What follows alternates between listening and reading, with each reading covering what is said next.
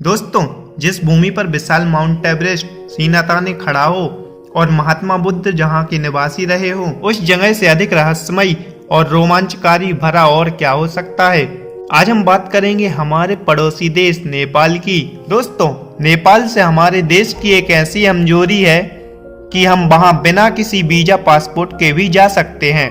नेपाल, जिसकी संस्कृति और आबू हवा ऐसी है कि हम उसे बेटी और रोटी का रिश्ता रखते आए हैं और आगे भी रखना चाहेंगे। नेपाल, जिसे हाल तक दुनिया का एकमात्र हिंदू राष्ट्र होने का गौरव प्राप्त है।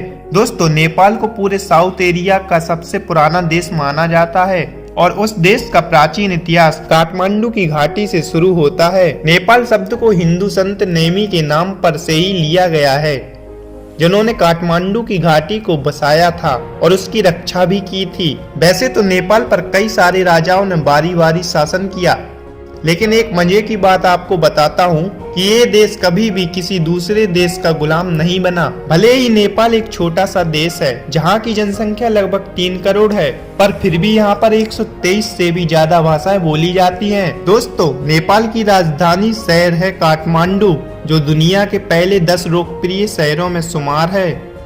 2000 साल से भी अधिक ज्यादा पुराना ये शहर कई प्राचीन मंदिरों का घर है, जो अपने समय की कहानी बयां करता है। दोस्तों, हमने पहले ही आपको बताया था कि नेपाल देश की पहचान है माउंट एवरेस्ट से, इसलिए तो नेपाल का नाम लेते ही हर किसी व्यक्ति को माउंट एवरेस्ट की याद आ जाती है।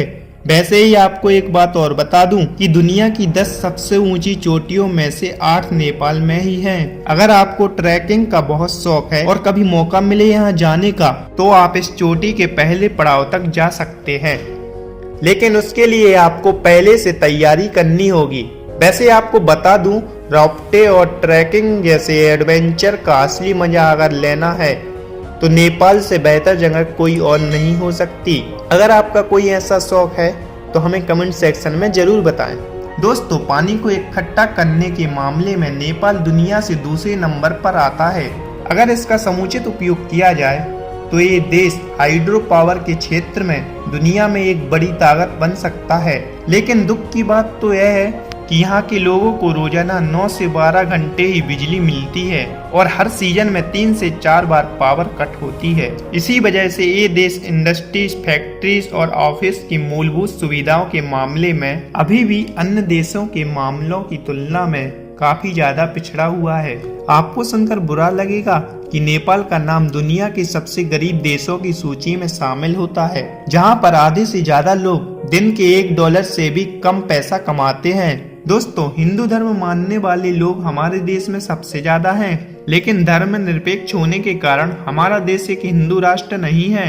भारत के अलावा भी दुनिया में कई सारे देश हैं जहां बहुत सारे हिंदू धर्म को मानने वाले लोग हैं, लेकिन आपको जानकर हैरानी होगी कि पूरी दुनिया में नेपाल ही एक लौता ऐसा देश है जो एक हिंदू राष्ट्र है, जहां पर 80% से ज्यादा लोग भी हिंदू धर्म का पालन करते हैं और अनुपात के मामले में यहाँ सबसे ज्यादा हिंदू निवास करते हैं। हिंदू धर्म के अनुसार जैसे हमारे यहाँ गाय को लोग पवित्र मानकर पूजा करते हैं, उसी तरह नेपाल में भी गाय को बहुत पवित्र माना जाता है और इसकी हत्या करना गैर कानूनी है।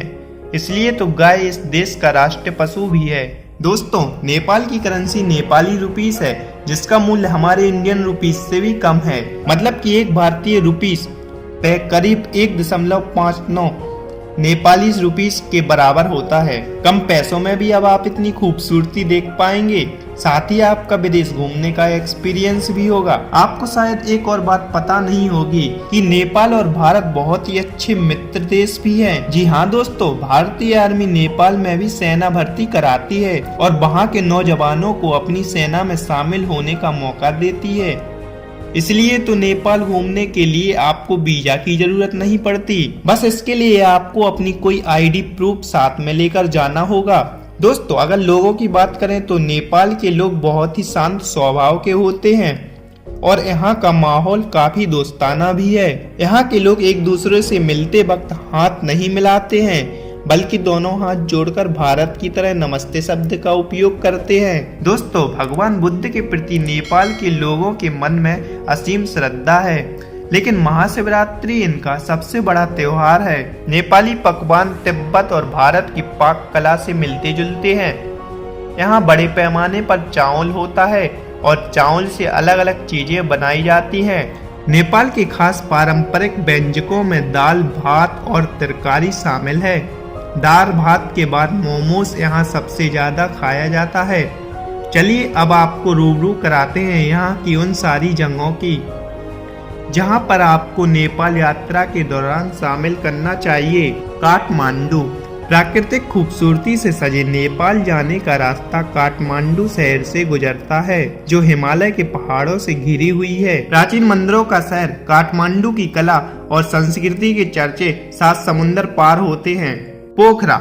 अगर आपको नेचर से गहरा लगाव है और पसंद है शांत झील के पास बैठना, उसके शांत संगीत को सुनना और समझना, तो पोखरा को अपनी यात्रा में शामिल कर लीजिए। झीलों के किनारे आपको प्रकृति का ऐसा रूप देखने को मिलेगा कि मानो सारी खूबसूरती बस यहीं बसती हो। ये शहर 900 मीटर से भी ज्यादा ऊंचाई पर है, जो पर्यटकों को खूबसूरत नज़ारों से रूबरू कराता है। पोखरा घाटी से हिमालय की ऊंची चोटियों को आसानी से देखा जा सकता है। झील के अलावा यहाँ कई सारे मंदिर भी हैं। पशुपतिनाथ मंदिर हिंदू लोगों के 8 मुख्य मंदिरों में से एक है। पशुपतिनाथ का शिव मंदिर, जो बागमती नदी पर स्थित है और हरी भरी वादियों से घिरा है।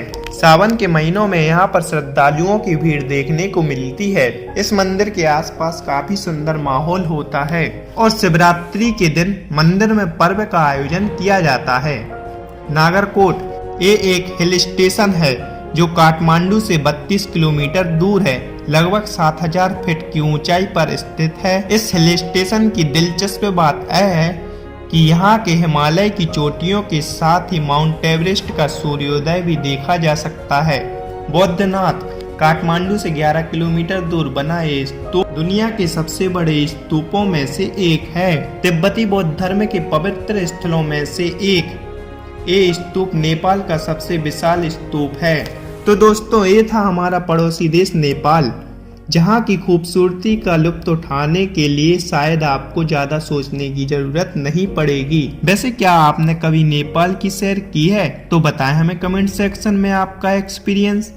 उम्मीद करता हूँ दोस्तों आपको वीडियो पसंद आई होगी। अच्छी लगी हो तो लाइक कीजिए और चैनल को सब्सक्राइब करिए और वीडियो को शेयर जरूर कीजिए। मिलते हैं नेक्स्ट वीडियो में, तब तक के लिए जय हिंद दोस्तों।